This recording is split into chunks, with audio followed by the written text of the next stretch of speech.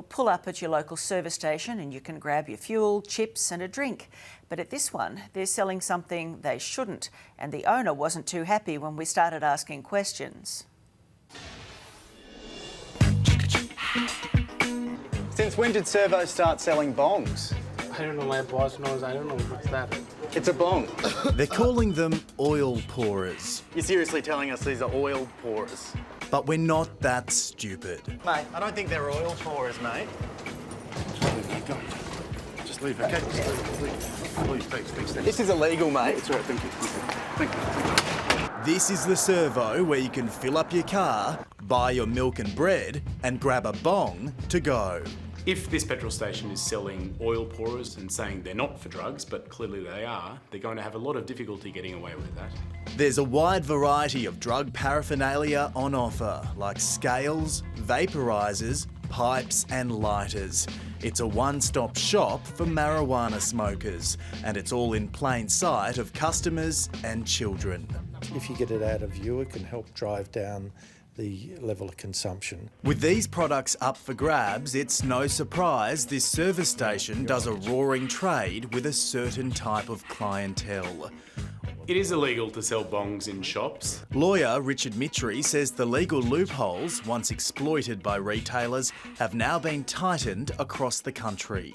People were selling things like water pourers or oil burners or pipes that were meant to be decorative, saying no, these aren't used for drug consumption, they're used for decorations or souvenirs.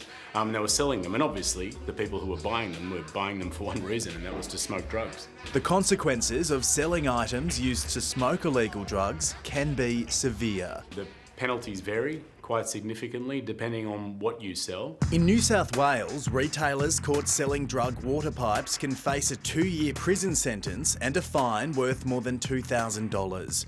Victorian shops found stocking bongs can be whacked with a $36,000 penalty. In Queensland, it's a $16,000 fine. It's tougher in South Australia. There's a maximum penalty of $50,000 and a possible 2-year jail term. And in WA, individual retailers can be charged with a criminal offence. Some people, it can have a negative effect if they've got a predisposition to psychosis. Sam Biondo is the Chief Executive of the Victorian Alcohol and Drug Association.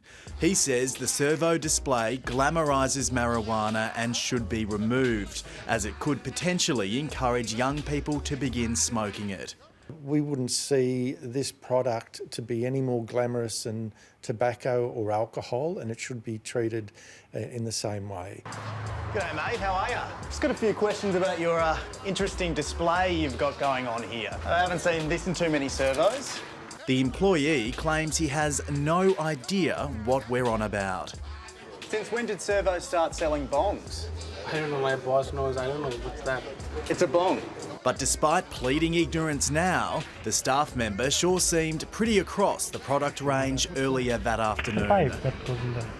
Eventually, he calls up his boss and hands the phone over to us. Hello, you there? You seriously think you can sell bongs in a service station and you're not going to get found out? The owner agrees to come down and have a chat in person. How long have you been selling bongs at your service station? He maintains the pipes are oil pourers and that they definitely aren't used to smoke cannabis. Mate, oil pourers? I don't think they're oil pourers, mate. Go. Just leave, okay? Just leave. Please, thanks. This is illegal, mate. It's all right, thank you.